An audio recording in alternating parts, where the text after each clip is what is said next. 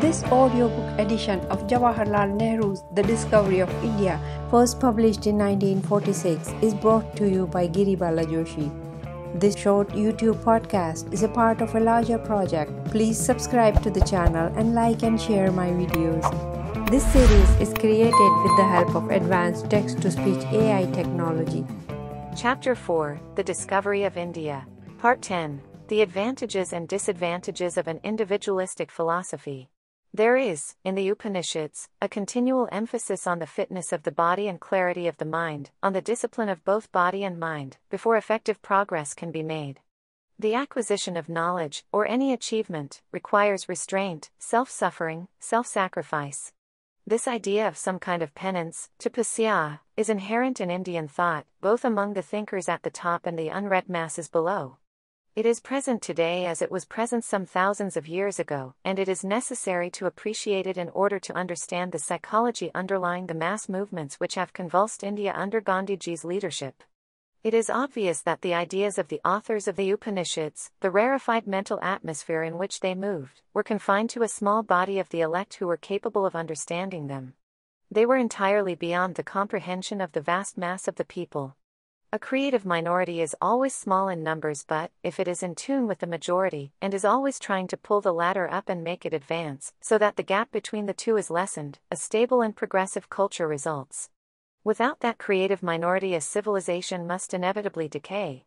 But it may also decay if the bond between a creative minority and the majority is broken and there is a loss of social unity in society as a whole, and ultimately that minority itself loses its creativeness and becomes barren and sterile, or else it gives place to another creative or vital force which society throws up. It is difficult for me, as for most others, to visualize the period of the Upanishads and to analyze the various forces that were at play. I imagine, however, that in spite of the vast mental and cultural difference between the small thinking minority and the unthinking masses, there was a bond between them, or, at any rate, there was no obvious gulf. The graded society in which they lived had its mental gradation also, and these were accepted and provided for. This led to some kind of social harmony, and conflicts were avoided. Even the new thought of the Upanishads was interpreted for popular purposes so as to fit in with popular prejudices and superstitions, thereby losing much of its essential meaning. The graded social structure was not touched, it was preserved. The conception of monism became transformed into one of monotheism for religious purposes, and even lower forms of belief and worship were not only tolerated but encouraged, as suited to a particular stage of development. Thus the ideology of the Upanishads did not permeate to any marked extent to the masses, and the intellectual separation between the creative minority and the majority became more marked. In course of time this led to new movements, a powerful wave of materialistic philosophy, agnosticism, atheism. Out of this again grew Buddhism and Jainism, and the famous Sanskrit epics, the Ramayana and the Mahabharata, wherein yet another attempt was made to bring about a synthesis between rival creeds and ways of thought. The creative energy of the people, or of the creative minority, is very evident during these periods, and again there appears to be a bond between that minority and the majority. On the whole they pull together. In this way period succeeds period, with bursts of creative effort in the fields of thought and action, in literature and the drama, in sculpture and architecture, and in cultural, missionary and colonial enterprises far from India's borders. In between, there are periods of disharmony and conflict, due both to inner causes and intrusions from outside. Yet they are ultimately overcome, and a fresh period of creative energy supervenes. The last great period of such activity in a variety of directions was the classical epoch, which began in the 4th century after Christ. By about 1000 AC, or earlier, signs of inner decay in India are very evident. Although the old artistic impulse continued to function and produce fine work, the coming of new races with a different background brought a new driving force to India's tired mind and spirit, and out of that impact arose new problems and new attempts at solution. It seems that the intense individualism of the Indo-Aryans led, in the long run, to both the good and the evil that their culture produced. It led to the production of very superior types, not in one particular limited period of history, but again and again, age after age. It gave a certain idealist and ethical background to the whole culture, which persisted and still persists, though it may not influence practice much. With the help of this background and by sheer force of example at the top, they helped together the social fabric and repeatedly rehabilitated it when it threatened to go to pieces. They produced an astonishing flowering of civilization and culture which, though largely confined to the upper circles, inevitably spread to some extent to the masses. By their extreme tolerance of other beliefs and other ways than their own, they avoided the conflicts that have so often torn society asunder, and managed to maintain, as a rule, some kind of equilibrium. By allowing, within the larger framework, considerable freedom to people to live the life of their choice, they showed the wisdom of an old and experienced race. All these were very remarkable achievements. But that very individualism led them to attach little importance to the social aspect of man's duty to society.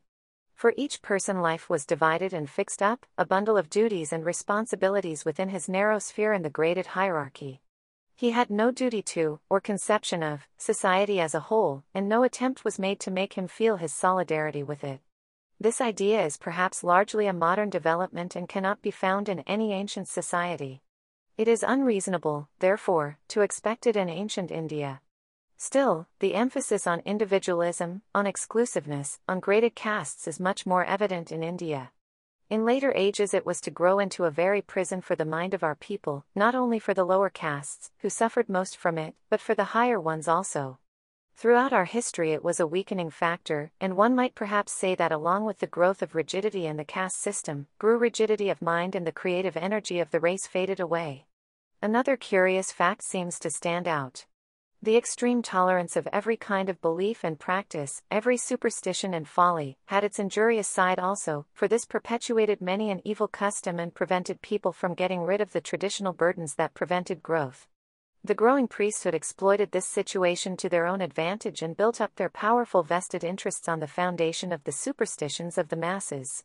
That priesthood was probably never quite so powerful as in some branches of the Christian Church, for there were always spiritual leaders who condemned its practices, and there was a variety of beliefs to choose from, but it was strong enough to hold and exploit the masses. So this mixture of free thought and orthodoxy lived side by side, and out of them scholasticism grew, and a puritanical ritualism. The appeal was always made to the ancient authorities, but little attempt was made to interpret their truths in terms of changing conditions.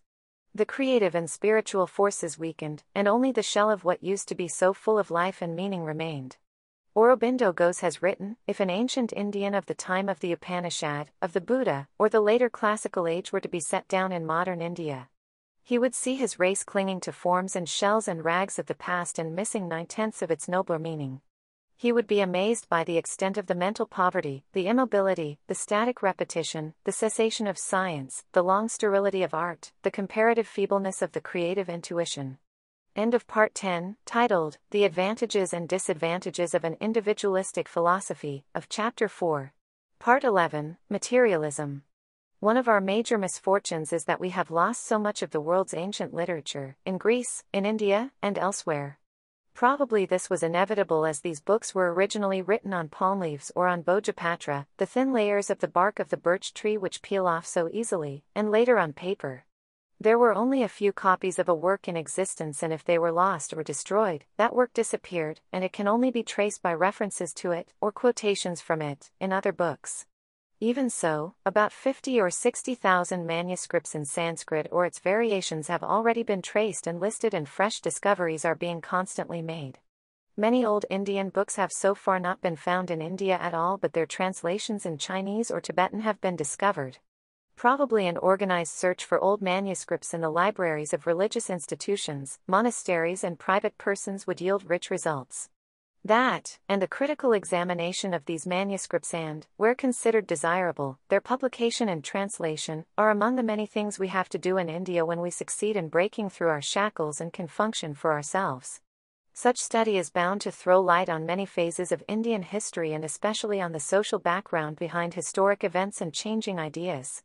The fact that in spite of repeated losses and destruction, and without any organized attempt to discover them, over 50,000 manuscripts have been brought out, shows how extraordinarily abundant must have been the literary, dramatic, philosophical and other productions of old times.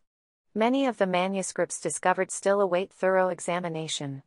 Among the books that have been lost is the entire literature on materialism which followed the period of the early Upanishads. The only references to this, now found, are in criticisms of it and in elaborate attempts to disprove the materialist theories. There can be no doubt, however, that the materialist philosophy was professed in India for centuries and had, at the time, a powerful influence on the people.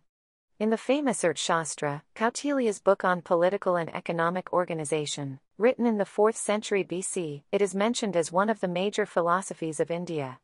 We have then to rely on the critics and persons interested in disparaging this philosophy, and they try to pour ridicule on it and show how absurd it all is. That is an unfortunate way for us to find out what it was. Yet their very eagerness to discredit it shows how important it was in their eyes. Possibly much of the literature of materialism in India was destroyed by the priests and other believers in the orthodox religion during subsequent periods. The materialists attacked authority and all vested interests in thought, religion and theology. They denounced the Vedas and priestcraft and traditional beliefs, and proclaimed that belief must be free and must not depend on presuppositions or merely on the authority of the past. They inveighed against all forms of magic and superstition. Their general spirit was comparable in many ways to the modern materialistic approach. It wanted to rid itself of the chains and burden of the past, of speculation about matters which could not be perceived, of worship of imaginary gods. Only that could be presumed to exist which could be directly perceived. Every other inference or presumption was equally likely to be true or false. Hence matter in its various forms and this world could only be considered as really existing. There was no other world, no heaven or hell, no soul separate from the body. Mind and intelligence and everything else have developed from the basic elements. Natural phenomena did not concern themselves with human values and were indifferent to what we consider good or bad. Moral rules were mere conventions made by men. We recognize all this, it seems curiously of our day and not of more than 2,000 years ago. How did these thoughts arise, these doubts and conflicts, this rebellion of the mind of man against traditional authority? We do not know enough of social and political conditions then, but it seems clear that it was an age of political conflict and social turmoil, leading to a disintegration of faith and to keen intellectual inquiry and a search for some way out, satisfying to the mind. It was out of this mental turmoil and social maladjustment that new paths grew and new systems of philosophy took shape. Systematic philosophy, not the intuitional approach of the Upanishads, but based on close reasoning and argument, begins to appear in many garbs, Jain, Buddhist, and what might be called Hindu, for want of a better word. The epics also belong to this period and the Bhagavad Gita. It is difficult to build up an accurate chronology of this age, as thought and theory overlapped and acted and reacted on each other. Buddha came in the 6th century BC. Some of these developments preceded him, others followed, or often there was a parallel growth. About the time of the rise of Buddhism, the Persian Empire reached the Indus. This approach of a great power right to the borders of India proper must have influenced people's thoughts. In the 4th century BC, Alexander's brief raid into northwest India took place. It was unimportant in itself, but it was the precursor of far-reaching changes in India. Almost immediately after Alexander's death, Chandragupta built up the great Maurya Empire. That was, historically speaking, the first strong, widespread and centralized state in India. Tradition mentions many such rulers and overlords of India, and one of the epics deals with the struggle for the suzerainty of India, meaning thereby probably northern India. But, in all probability, ancient India, like ancient Greece, was a collection of small states. There were many tribal republics, some of them covering large areas. There were also petty kingdoms, and there were, as in Greece, city-states with powerful guilds of merchants. In Buddha's time there were a number of these tribal republics and 4 principal kingdoms in central and northern India, including Gandhara or part of Afghanistan. Whatever the form of organization, the tradition of city or village autonomy was very strong, and even when an overlordship was acknowledged there was no interference with the internal working of the state. There was a kind of primitive democracy, though, as in Greece, it was probably confined to the upper classes. Ancient India and Greece, so different in many ways, have so much in common that I am led to believe that their background of life was very similar. The Peloponnesian War, ending in the breakdown of Athenian democracy, might in some ways be compared to the Mahabharata War, the Great War of ancient India. Footnote: the epic dealing with this war is also called Mahabharata. End of footnote. The failure of Hellenism and of the free city-state led to a feeling of doubt and despair, to a pursuit of mysteries and revelations, a lowering of the earlier ideals of the race. The emphasis shifted from this world to the next. Later, new schools of philosophy, the Stoic and the Epicurean, developed. It is dangerous and misleading to make historical comparisons on slender, and sometimes contradictory, data.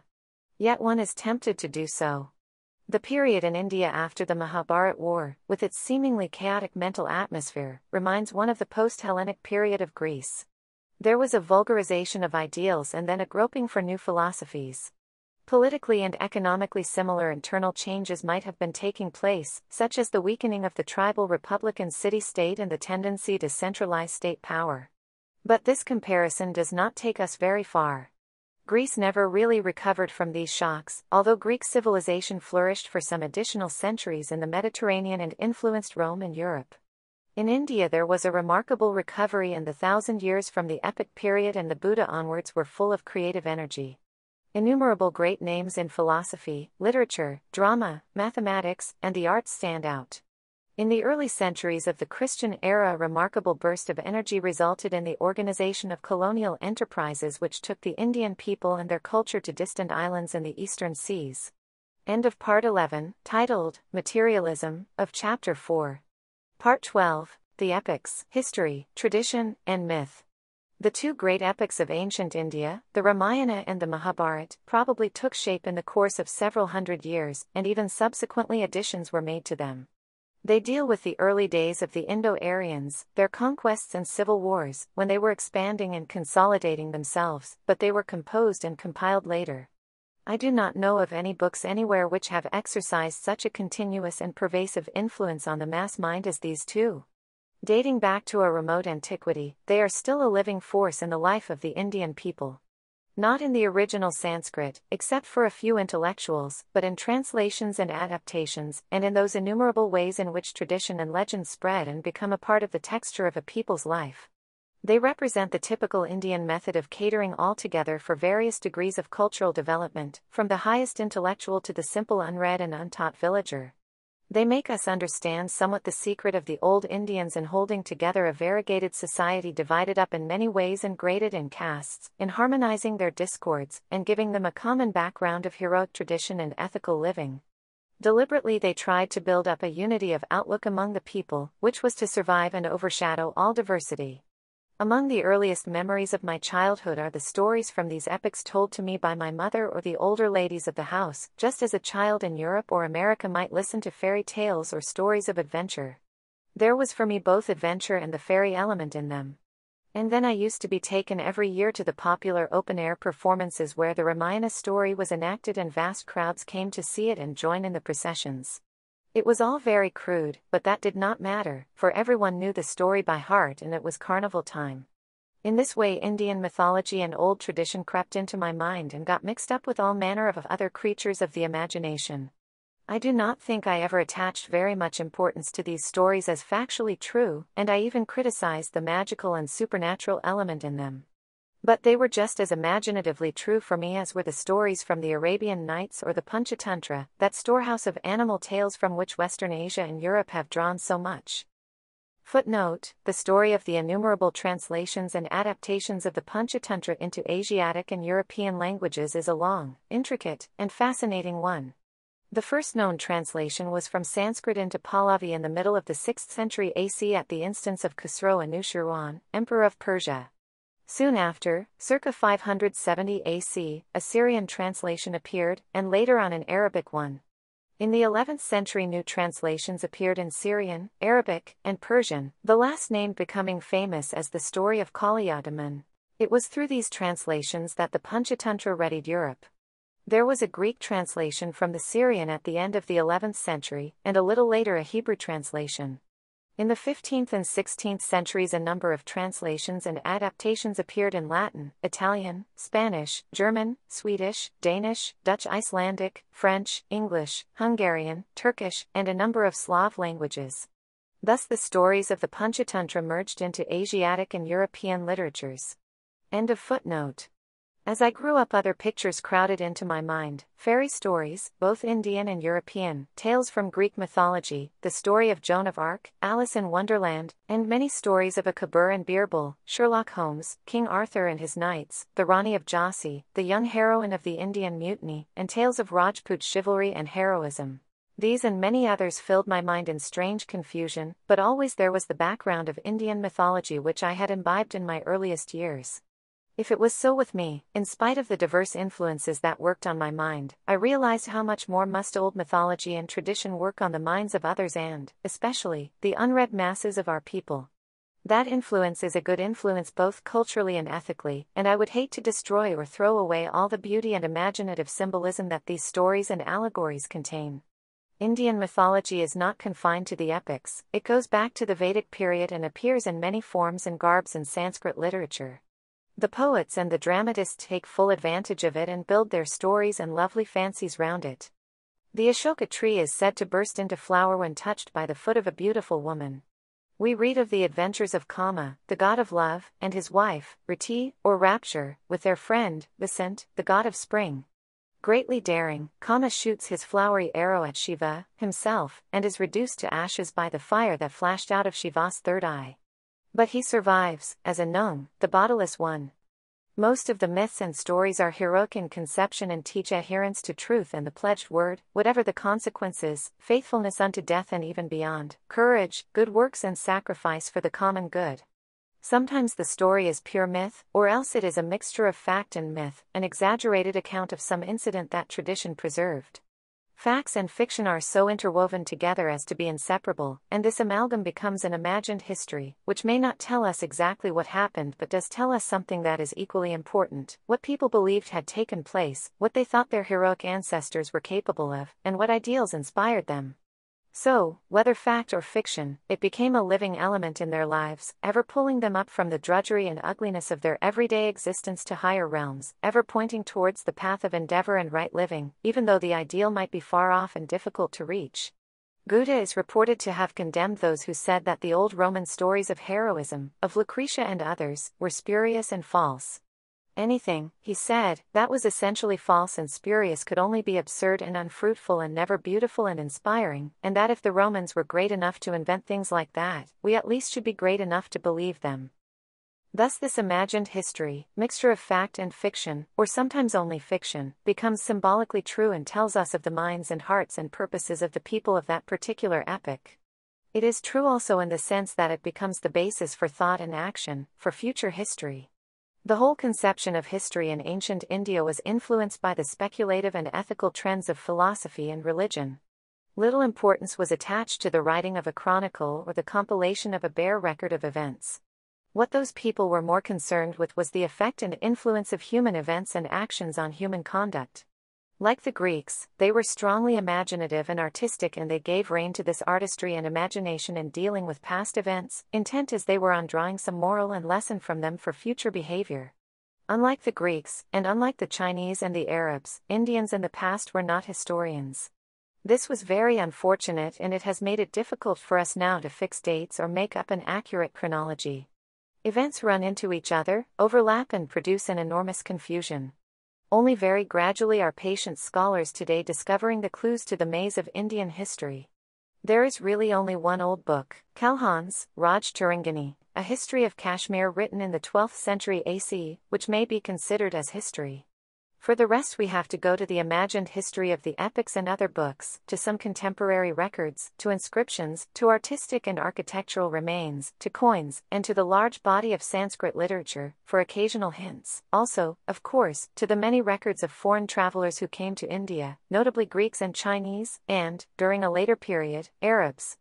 This lack of historical sense did not affect the masses, for as elsewhere and more so than elsewhere, they built up their view of the past from the traditional accounts and myth and story that were handed to them from generation to generation. This imagined history and mixture of fact and legend became widely known and gave to the people a strong and abiding cultural background. But the ignoring of history had evil consequences which we pursue still. It produced a vagueness of outlook, divorce from life as it is, a credulity, a woolliness of the mind where fact was concerned. That mind was not at all woolly in the far more difficult, but inevitably vaguer and more indefinite, realms of philosophy. It was both analytic and synthetic, often very critical, sometimes skeptical. But where fact was concerned, it was uncritical, because, perhaps, it did not attach much importance to fact as such. The impact of science and the modern world have brought a greater appreciation of facts, a more critical faculty, a weighing of evidence, a refusal to accept tradition merely because it is tradition. Many competent historians are at work now, but they often are on the other side, and their work is more a meticulous chronicle of facts than living history. But even today it is strange how we suddenly become overwhelmed by tradition, and the critical faculties of even intelligent men cease to function. This may partly be due to the nationalism that consumes us in our present subject state. Only when we are politically and economically free will the mind function normally and critically. Very recently there has been a significant and revealing instance of this conflict between the critical outlook and nationalist tradition. In the greater part of India the Vikram Samvat calendar is observed. This is based on a solar reckoning, but the months are lunar. Last month, in April 1944, according to this calendar, 2,000 years were completed and a new millennium began. This has been the occasion for celebrations throughout India, and the celebrations were justified, both because it was a big turning point in the reckoning of time and because Vikram, or Vikramaditya, with whose name the calendar is associated, has long been a great hero in popular tradition. Innumerable stories cling to his name, and many of these found their way in medieval times in different garbs to various parts of Asia, and later to Europe. Vikram has long been considered a national hero, a beau ideal of a prince. He is remembered as a ruler who pushed out foreign invaders. But his fame rests on the literary and cultural brilliance of his court, where he collected some of the most famous writers, artists, and musicians, the 9 gems of his court as they are called. Most of the stories deal with his desire to do good to his people, and to sacrifice himself or his personal interest at the slightest provocation in order to benefit someone else. He is famous for his generosity, service for others, courage, and lack of conceit. Essentially he has been popular because he was considered a good man and a patron of the arts. The fact that he was a successful soldier or a conqueror hardly comes out in the stories. That emphasis on the goodness and self-sacrificing nature of the man is characteristic of the Indian mind and of Indian ideals. Vikramaditya's name, like that of Caesar, became a kind of symbol and title, and numerous subsequent rulers added it to their names. This has added to the confusion, as there are many Vikramadityas mentioned in history. But who was this Vikram? And when did he exist? Historically speaking, everything is vague. There is no trace of any such ruler round about 57 BC when the Vikram Samvat era should begin. There was, however, a Vikramaditya in North India in the 4th century AC, and he fought against Hun invaders and pushed them out. It is he who is supposed to have kept the 9 gems in his court and around whom all these stories gather. The problem then is this: how is this Vikramaditya, who existed in the 4th century AC, to be connected with an era which begins in 57 BC? The probable explanation appears to be that an era dating from 57 BC existed in the Malva state in central India, and, long after Vikram, this era and calendar were connected with him and renamed after him. But all this is vague and uncertain. What has been most surprising is the way in which quite intelligent Indians have played about with history in order somehow to connect the traditional hero, Vikram, with the beginning of the era 2,000 years ago. It has also been interesting to find how emphasis is laid on his fight against the foreigner and his desire to establish the unity of India under one national state. Vikram's realm was, in fact, confined to north and central India. It is not Indians only who are affected by nationalist urges and supposed national interest in the writing or consideration of history.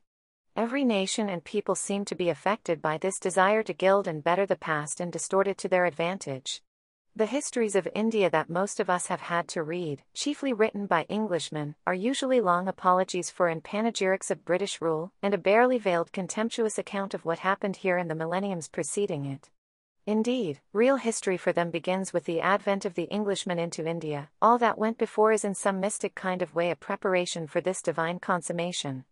Even the British period is distorted with the object of glorifying British rule and British virtues.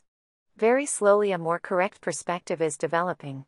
But we need not go to the past to find instances of the manipulation of history to suit particular ends and support one's own fancies and prejudices. The present is full of this, and if the present, which we have ourselves seen and experienced, can be so distorted, what of the past? Nevertheless, it is true that Indians are peculiarly liable to accept tradition and report as history, uncritically and without sufficient examination. They will have to rid themselves of this loose thinking and easy way of arriving at conclusions. But I have digressed and wandered away from the gods and goddesses in the days when myth and legend began. Those were the days when life was full and in harmony with nature, when man's mind gazed with wonder and delight at the mystery of the universe, when heaven and earth seemed very near to each other, and the gods and goddesses came down from Kailasa or their other Himalayan haunts, even as the gods of Olympus used to come down, to play with and sometimes punish men and women. Out of this abundant life and rich imagination grew myth and legend and strong and beautiful gods and goddesses, for the ancient Indians, like the Greeks, were lovers of beauty and of life. Professor Gilbert Murray tells us of the sheer beauty of the Olympian system. Footnote: Gilbert Murray's 5 Stages of Greek Religion, page 76, published by Thinkers Library, Watts, London. End of footnote. That description might well apply to the early creations of the Indian mind also. They are artists' dreams, ideals, allegories, they are symbols of something beyond themselves. They are gods of half-rejected tradition, of unconscious make-believe, of aspiration. They are gods to whom doubtful philosophers can pray, with all a philosopher's due caution, as to many radiant and heart-searching hypotheses. They are not gods in whom anyone believes as a hard fact. Equally applicable to India is what Professor Murray adds, as the most beautiful image carved by man was not the god, but only a symbol to help towards conceiving the god, so the god himself, when conceived, was not the reality but only a symbol to help towards conceiving the reality. Meanwhile they issued no creeds that contradicted knowledge, no commands that made man sin against his own inner light. Gradually the days of the Vedic and other gods and goddesses receded into the background and hard and abstruse philosophy took their place. But in the minds of the people these images still floated, companions in joy and friends in distress, symbols of their own vaguely felt ideals and aspirations. And round them poets wrapped their fancies and built the houses of their dreams, full of rich embroidery and lovely fantasy. Many of these legends and poets' fancies have been delightfully adapted by F. W. Bain in his series of little books containing stories from Indian mythology. In one of these, The Digit of the Moon, we are told of the creation of woman. In the beginning, when Twashtri, the divine artificer, came to the creation of woman, he found that he had exhausted his materials in the making of man and that no solid elements were left. In this dilemma, after profound meditation, he did as follows: he took the rotundity of the moon, and the curves of the creepers, and the clinging of tendrils, and the trembling of grass, and the slenderness of the reed, and the bloom of flowers, and the lightness of leaves, and the tapering of the elephant's trunk, and the glances of deer, and the clustering of rows of bees, and the joyous gaiety of sunbeams, and the weeping of clouds, and the fickleness of the winds, and the timidity of the hare, and the vanity of the peacock, and the softness of the parrot's bosom, and the hardness of adamant, and the sweetness of honey, and the cruelty of the tiger, and the warm glow of fire, and the coldness of snow, and the chattering of jays, and the cooing of the kokila, and the hypocrisy of the crane, and the fidelity of the chakravaka, and compounding all these together, he made woman and gave her to man.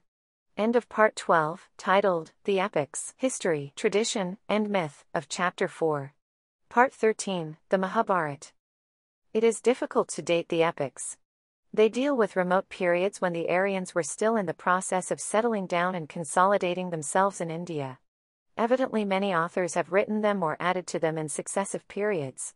The Ramayana is an epic poem with a certain unity of treatment. The Mahabharata is a vast and miscellaneous collection of ancient lore.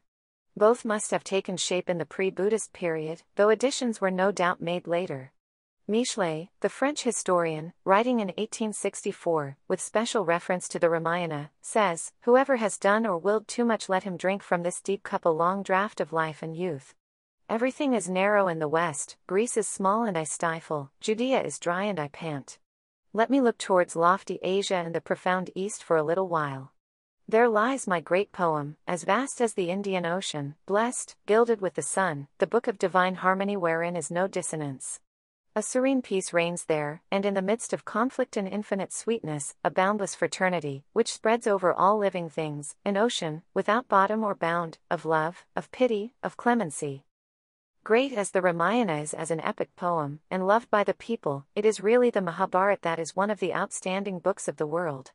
It is a colossal work, an encyclopedia of tradition and legend, and political and social institutions of ancient India. For a decade or more a host of competent Indian scholars have been engaged in critically examining and collating the various available texts, with a view to publishing an authorized edition. Some parts have been issued by them but the work is still incomplete and is proceeding. It is interesting to note that even in these days of total and horrible war, Russian Oriental scholars have produced a Russian translation of the Mahabharata. Probably this was the period when foreign elements were coming into India and bringing their customs with them. Many of these customs were unlike those of the Aryans, and so a curious mixture of opposing ideas and customs is observable. There was no polyandry among the Aryans, and yet one of the leading heroines of the Mahabharata story is the common wife of 5 brothers. Gradually the absorption of the earlier indigenous elements as well as of newcomers was taking place, and the Vedic religion was being modified accordingly. It was beginning to take that all-inclusive form which led to modern Hinduism. This was possible, as the basic approach seems to have been that there could be no monopoly in truth, and there were many ways of seeing it and approaching it. So all kinds of different and even contradictory beliefs were tolerated. In the Mahabharata a very definite attempt has been made to emphasize the fundamental unity of India, or Bharatvarsh as it was called, from Bharat, the legendary founder of the race. An earlier name was Aryavarta, the land of the Aryas, but this was confined to northern India up to the Vindhya mountains in central India. The Aryans had probably not spread beyond that mountain range at that period. The Ramayana story is one of Aryan expansion to the south. The Great Civil War, which occurred later, described in the Mahabharata, is vaguely supposed to have taken place about the 14th century BC. That war was for the overlordship of India, or possibly of northern India, and it marks the beginning of the conception of India as a whole, of Bharatvarsh. In this conception a large part of modern Afghanistan, then called Gandhad, from which the name of the present city of Kandahar, which was considered an integral part of the country, was included. Indeed, the queen of the principal ruler was named Gandhari, the lady from Gandhad. Dili or Delhi, not the modern city but ancient cities situated near the modern site, named Hastinapur and Indraprastha, becomes the metropolis of India. Sister Nivedita, Margaret Noble, writing about the Mahabharata, has pointed out, the foreign reader is at once struck by 2 features, in the first place its unity and complexity, and, in the second, its constant efforts to impress on its hearers the idea of a single centralized India, with a heroic tradition of her own as formative and uniting impulse.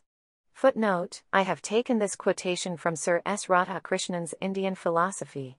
I am indebted to Radhakrishnan for other quotations and much else in this and other chapters. End of footnote. The Mahabharata contains the Krishna legends and the famous poem, the Bhagavad Gita. Even apart from the philosophy of the Gita, it lays stress on ethical and moral principles in statecraft and in life generally. Without this foundation of Dharma there is no true happiness and society cannot hold together. The aim is social welfare, not the welfare of a particular group only but of the whole world, for the entire world of mortals is a self-dependent organism. Yet Dharma itself is relative and depends on the times and the conditions prevailing, apart from some basic principles, such as adherence to truth, non-violence, etc. These principles endure and do not change, but otherwise Dharma, that amalgam of duties and responsibilities, changes with the changing age.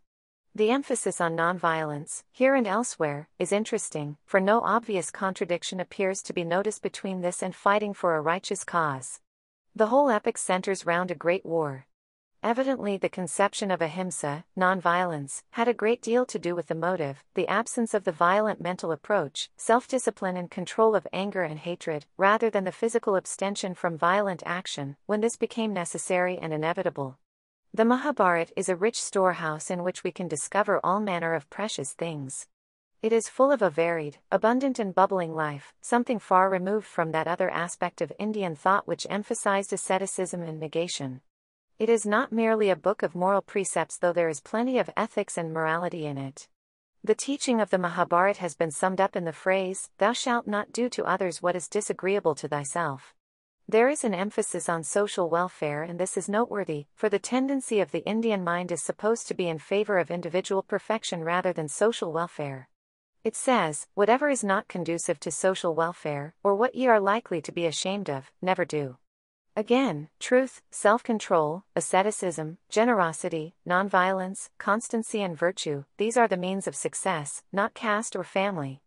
Virtue is better than immortality and life. True joy entails suffering. There is a dig at the seeker after wealth, the silkworm dies of its wealth. And, finally, the injunction so typical of a living and advancing people, discontent is the spur of progress. There is in the Mahabharata the polytheism of the Vedas, the monism of the Upanishads, and deisms, and dualisms, and monotheism. The outlook is still creative and more or less rationalistic, and the feeling of exclusiveness is yet limited. Caste is not rigid. There was still a feeling of confidence, but as external forces invaded and challenged the security of the old order, that confidence lessened somewhat and a demand for greater uniformity arose in order to produce internal unity and strength. New taboos grew up. The eating of beef, previously countenanced, is later absolutely prohibited. In the Mahabharata there are references to beef or veal being offered to honored guests. End of Part 13, titled, The Mahabharata, of Chapter 4. Part 14, the Bhagavad Gita. The Bhagavad Gita is part of the Mahabharata, an episode in the vast drama. But it stands apart and is complete in itself. It is a relatively small poem of 700 verses, the most beautiful, perhaps the only true philosophical song existing in any known tongue, so William von Humboldt described it. Its popularity and influence have not waned ever since it was composed and written in the pre-Buddhistic age, and today its appeal is as strong as ever in India. Every school of thought and philosophy looks up to it and interprets it in its own way. In times of crisis, when the mind of man is tortured by doubt and is torn by the conflict of duties, it has turned all the more to the Gita for light and guidance. For it is a poem of crisis, of political and social crisis and, even more so, of crisis in the spirit of man. Innumerable commentaries on the Gita have appeared in the past and they continue to come out with unfailing regularity. Even the leaders of thought and action of the present day, Tilak, Aurobindo Ghosh, Gandhi, have written on it, each giving his own interpretation. Gandhiji bases his firm belief in non-violence on it, others justify violence and warfare for a righteous cause. The poem begins with a conversation between Arjuna and Krishna on the very field of battle before the great war begins. Arjuna is troubled, his conscience revolts at the thought of the war and the mass murder that it involves, the killing of friends and relatives. For what purpose? What conceivable gain can outweigh this loss, this sin? All his old standards fail him, his values collapse. Arjuna becomes the symbol of the tortured spirit of man, which, from age to age, has been torn by conflicting obligations and moralities. From this personal conversation we are taken step by step to higher and more impersonal regions of individual duty and social behavior, of the application of ethics to human life, of the spiritual outlook that should govern all. There is much that is metaphysical in it, and an attempt to reconcile and harmonize the three ways for human advancement, the path of the intellect or knowledge, the path of action, and the path of faith. Probably more emphasis is laid on faith than on the others, and even a personal God emerges, though he is considered as a manifestation of the Absolute. The Gita deals essentially with the spiritual background of human existence, and it is in this context that the practical problems of everyday life appear. It is a call to action to meet the obligations and duties of life, but always keeping in view that spiritual background and the larger purpose of the universe. Inaction is condemned, and action and life have to be in accordance with the highest ideals of the age, for these ideals themselves may vary from age to age. The Yugadharma, the ideal of the particular age, has always to be kept in view. Because modern India is full of frustration and has suffered from too much quietism, this call to action makes a special appeal.